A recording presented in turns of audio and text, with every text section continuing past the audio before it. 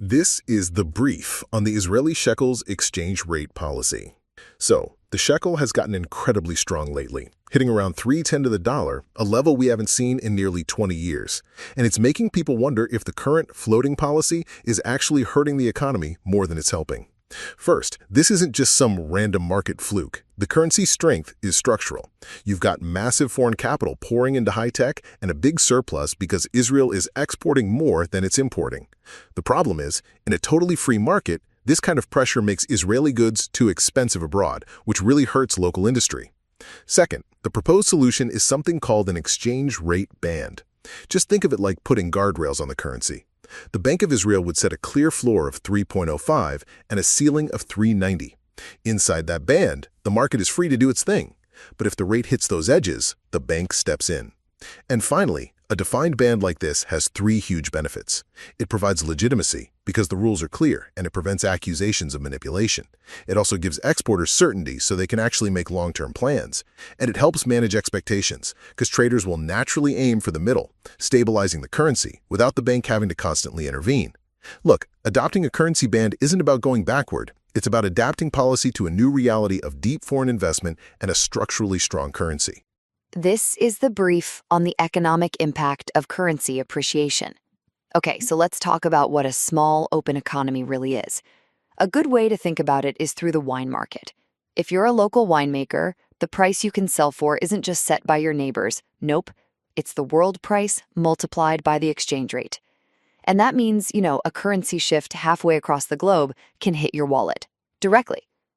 First up, let's look at the mechanics. What actually happens when a currency appreciates? So say the shekel gets stronger against the dollar. Well, when your home currency gets stronger, the local price an exporter sees actually drops. It effectively crushes global demand because all of a sudden, your product is way more expensive for foreign buyers. Second, you've got the market reaction at home, and it's a real double-edged sword. Domestic consumers, they love it. They start buying more because things are cheaper. But domestic producers, they take a huge hit on profitability, so naturally they scale back production. And finally, this all squeezes the broader economy. Remember, exports are just the leftovers, whatever you produce that the locals don't buy. So with production down and local buying up, that export surplus just vanishes. It can trigger a painful cycle where local industries shrink, which leads directly to higher unemployment. So the bottom line is this. A stronger currency might feel like a win, but for producers, it's really a price cut that can kill exports and endanger jobs. In the exchange rate game, there are always distinct winners and losers. This is the brief on currency exchange mechanics. So let's look at a real-world example. You see this huge $1.2 billion natural gas deal between Israel and Egypt. Now, this isn't just about energy. Think of it as a massive cash injection, one that's about to totally change the value of Israel's money, the shekel. Okay, first up. Good old supply and demand. Israel's selling the gas, so they're getting paid in US dollars. That means over $1 billion is flowing right into their economy. All of a sudden, you've got this huge surplus of foreign currency just sitting there. Second, that flood of cash causes a big market shift. And you don't need a fancy graph for this. Just think about it. When something becomes way more common, its price drops, right? Well, with so many dollars suddenly floating around the local banks, the price to get one, it goes down. And finally, this is where it gets a little counterintuitive. This leads to appreciation. When the price of the dollar falls, it actually means the local currency, the shekel, just got stronger. It now takes fewer shekels to buy $1. That gives the local money a lot more purchasing power. So the bottom line is pretty simple. A boom in exports floods the country with foreign cash, that increases supply, and that makes the local money more valuable. So next time you see a headline about a major international trade deal, watch for that ripple effect. Keep an eye on how the currencies start to move. This is the brief on the Japanese yen carry trade. Now, this might sound complicated, but really it's pretty simple.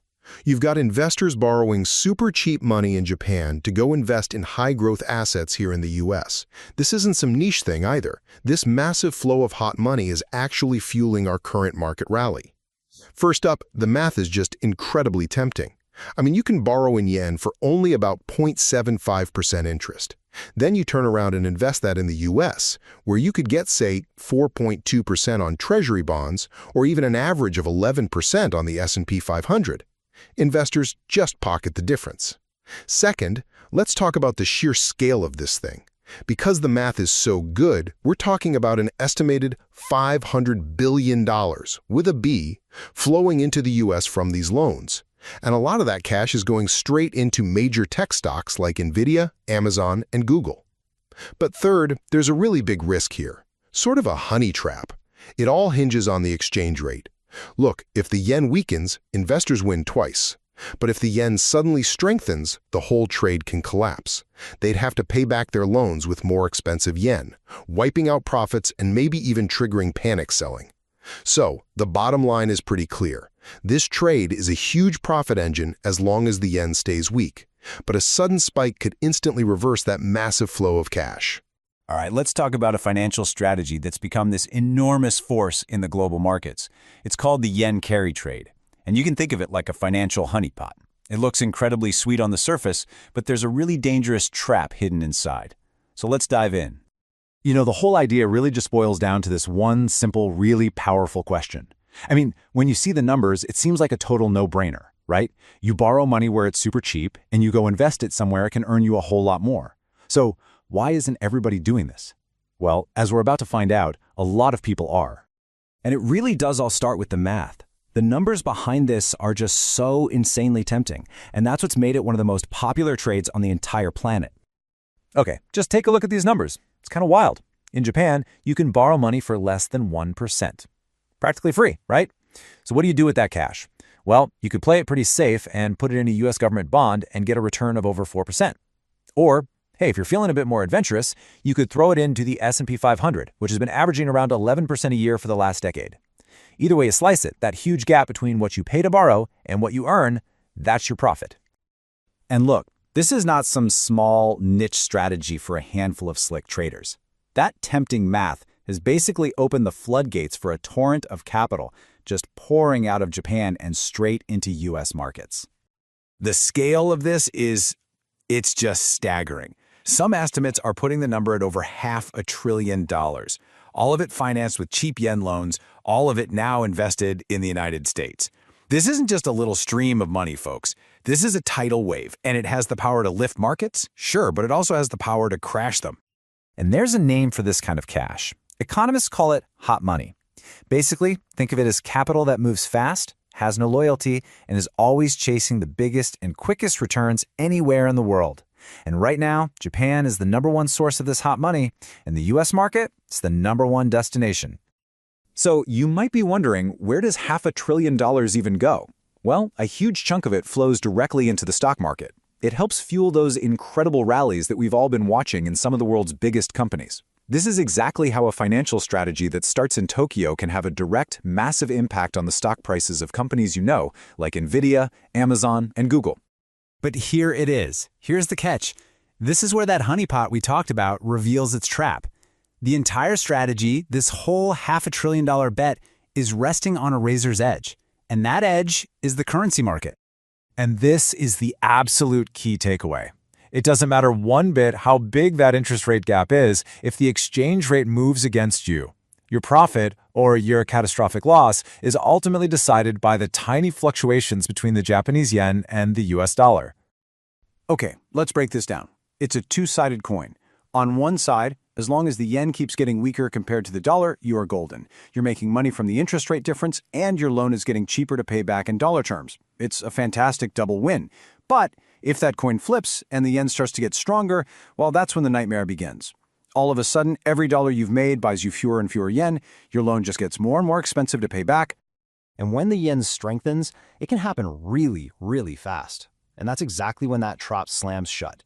What started out as an easy money trade can completely unravel with just terrifying speed. You know, this quote from our research just says it all. A sharp move in the currency can instantly, and I mean instantly, wipe out every penny of your potential profit. But it doesn't stop there. It can then trigger massive losses and force a massive wave of investor panic. So this is exactly how that trap springs, step by step. First, the yen strengthens, and your debt suddenly becomes way more expensive. That easy loan now feels like an anchor. Step 2, your profit is totally erased. That nice gap we saw earlier, gone, wiped out. Step 3, this is when the capital losses begin. You are now officially losing money, and it could be happening fast. And that brings us to the final, absolutely dreaded step 4, the forced asset sale. You might have heard it called a margin call. That's when your broker calls and says you need to cover your growing losses with more cash right now. And if you don't have it, they force you to sell everything, your Nvidia stock, your Google shares, at whatever price they can get. And this wave of forced selling can create a domino effect that drags the whole market down with it. So this whole thing leaves us with a really critical question, doesn't it? This $500 billion flow of hot money has been like rocket fuel for U.S. markets. But what happens when that money gets scared? What happens when the yen strengthens and all of that money tries to rush for the exits at the exact same time? It's the hidden risk that probably keeps a lot of central bankers up at night.